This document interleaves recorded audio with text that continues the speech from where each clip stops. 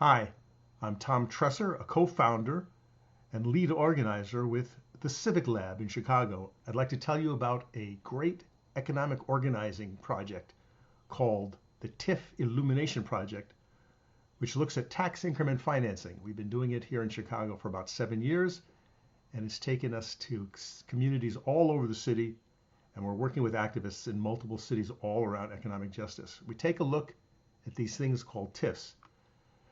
Our work is at tifreports.com, and you can check us out there. We've got a lot of resources for you.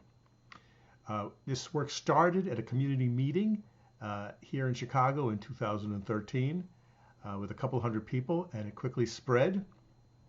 We're up to over 170 public meetings to explain to people at the local level what exactly is a tax increment financing district and why should you care.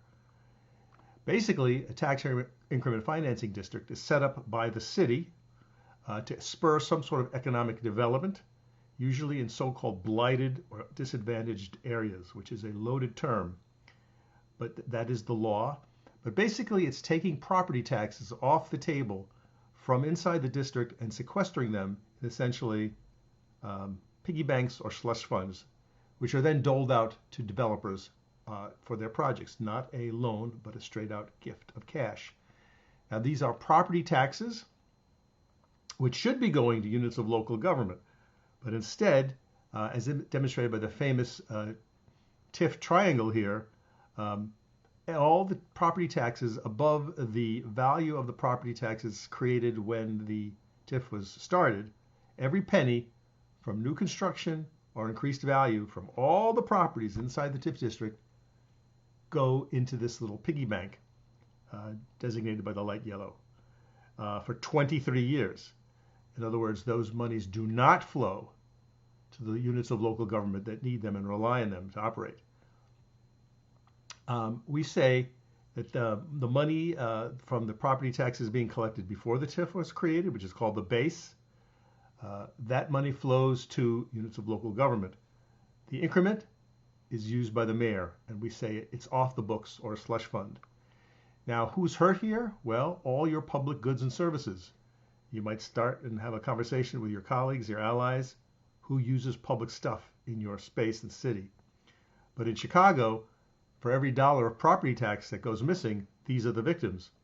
And in each and every case, the number one victim of the TIF scam are your public schools. And in Chicago, for every dollar that's collected in property taxes, 56 cents is supposed to go to the schools. But that doesn't happen when TIFs are present. Well, how many TIFs are there in Chicago? I'm glad you asked. A boatload. The TIF Illumination Project uses maps and data mining, graphic design, and old school organizing to explain this stuff on a local basis, community by community. But in 2019, Chicago had 140 TIF districts. You can see them in the map.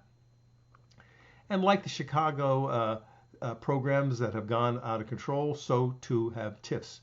And in 2019, 140 TIFs were operating all across the city. About 1/3 of all of the city is in a TIF district. They extracted or stole a total of $684 million in 2019. And since TIFs came here back in the day, they've taken $9 billion.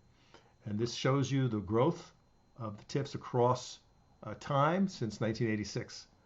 We say this is a very political operation, and usually it's a third rail in your local politics. Your politicians will not want you to poke your nose into this whole process of how much money we're talking about and who got paid. What we do here at the TIF Illumination Project is total up the total money left in the TIF accounts at the end of the year. And at the end of 2019, there was a staggering $1.8 billion sitting in the TIF funds. These are property taxes.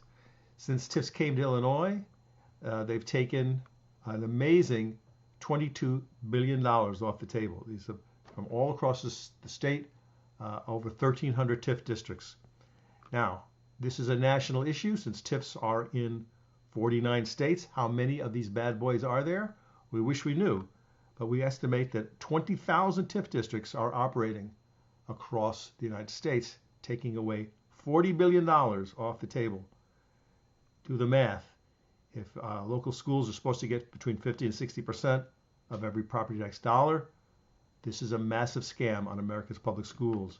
Who in your city, who in your coalitions or in your cadres or allies and constituents cares about public schools and public services? We offer training in all this work.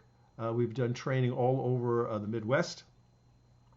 And one of the policy opportunities, which we think is also an organizing hook, is how TIFs starve local government. They take from the poor and give to the rich. It's a reverse Robin Hood. But we've analyzed and articulated quite a few objections that we'd love to share with you if you give us a ring. Again, my name is Tom Tresser. You can reach me at tom@civiclab.us. My phone number is 312-804-3230. We'd love to work with all champions of economic justice, grassroots organizing, people fighting for Black lives, people trying to redress economic segregation and disinvestment. The TIF program is a great way to get into that work and activate and educate your people. Thanks again.